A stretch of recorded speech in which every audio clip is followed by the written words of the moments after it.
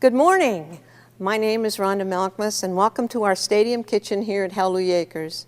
What a blessing to have you here this morning.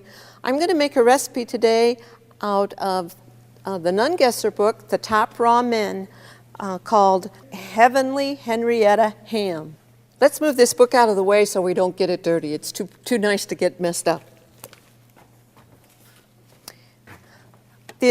The first recipe we're going to make is hummus, and it will not taste like any hummus you've ever made because usually hummus is made with chickpeas, but today we're going to use sunflower seeds.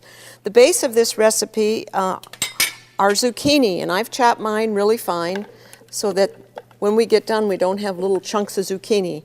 And instead of putting all the ingredients into together, I'm going to put the hard ingredients in first. The zucchini, a clove of garlic, a quarter cup of raw tahini.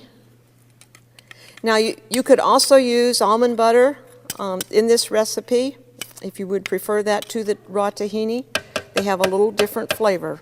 Raw tahini is ground up sesame seeds. To that I'm going to add 1/8 of a cup of lemon juice,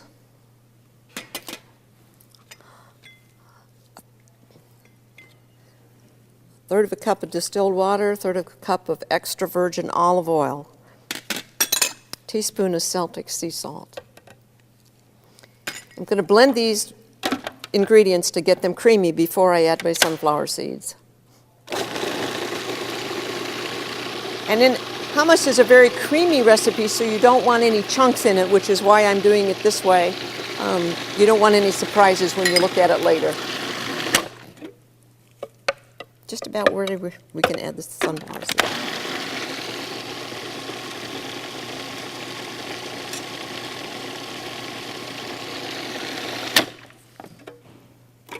Perfect.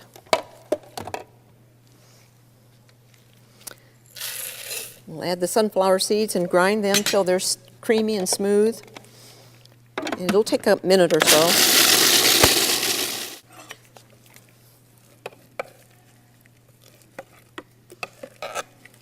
And this recipe looks a little stiff, but you want it stiff because you're going to stuff a bone with it. I'll show you the bone in a moment.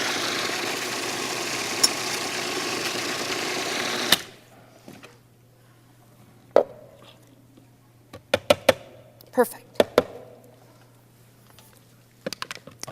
So this is our bone marrow here. It's delicious. You can use it to stuff celery for your children, to eat with crackers, to make as a spread when you want to do a roll-up. There's just a lot of different ways you can use this, and I'm so thankful we have people like the Nungessers who have created these recipes so we don't have to work so hard. We can just buy their book and know how to get it done. So this recipe calls for a ham, and every ham, as you know, has a ham bone, correct? Our ham bone is made out of jicama. I carved it out this morning, and we're going to stuff it with bone marrow. Perfect. Looks like ham bone to me. Okay, we're going to put the rest of this aside to use later. And I actually made half the recipe. The recipe in their book makes twice this amount, so you can see that it makes a nice amount for you to share with your family. And now for the ham. We no longer need this little fella, but we need a juicer that has a homogenizing capability. Today we're going to use the Champion juicer, and I've taken the screen off and put the blank in its place. As you can see, it's solid and there's no screen.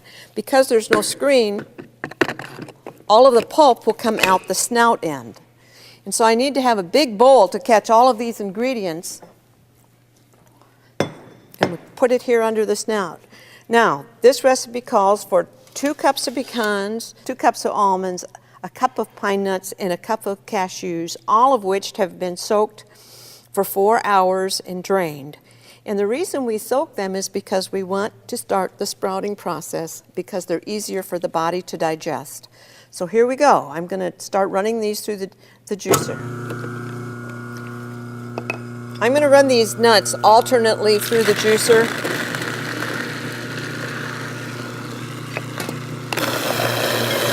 It helps to mix the ham.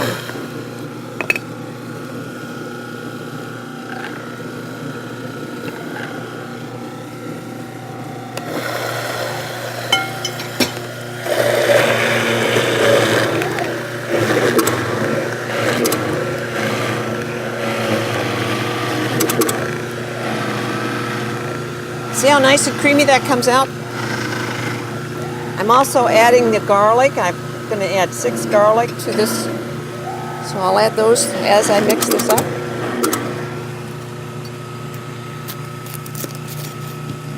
This recipe calls for an onion to be included, so we'll chop this onion and put parts of it in there.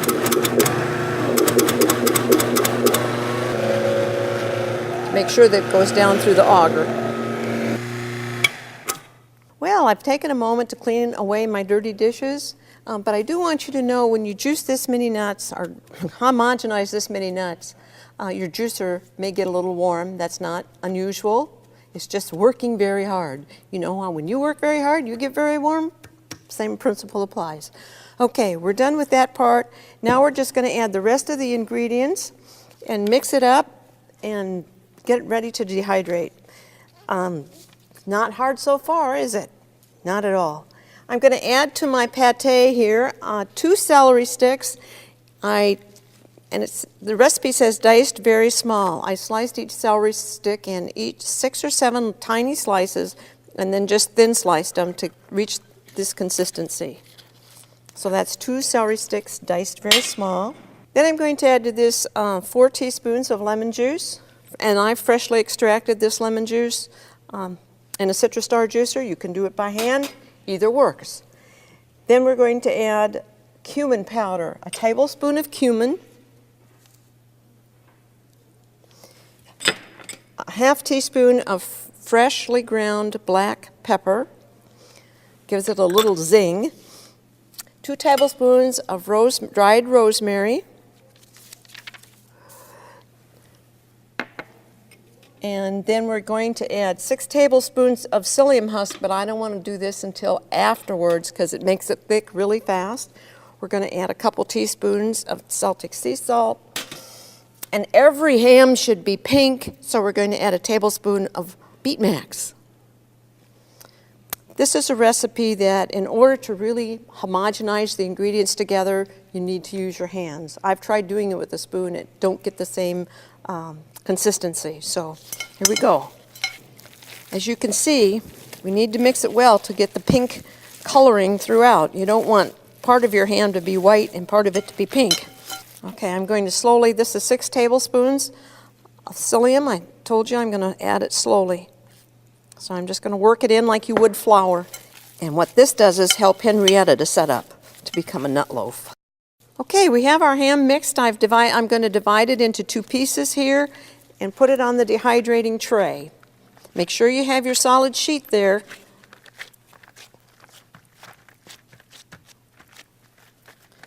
This is the bottom of the ham.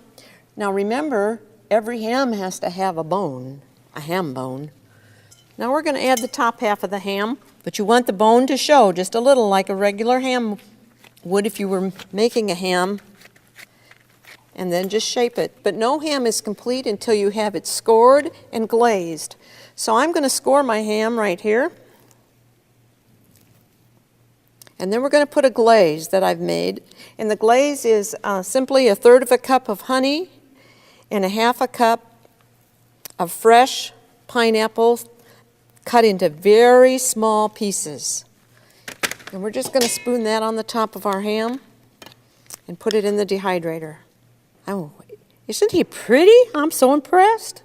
Our Heavenly Henrietta ham now is ready for a 10-hour nap in the dehydrator. I want to thank you for joining me today. Look forward to seeing you next time on our next segment. Thank you. God bless.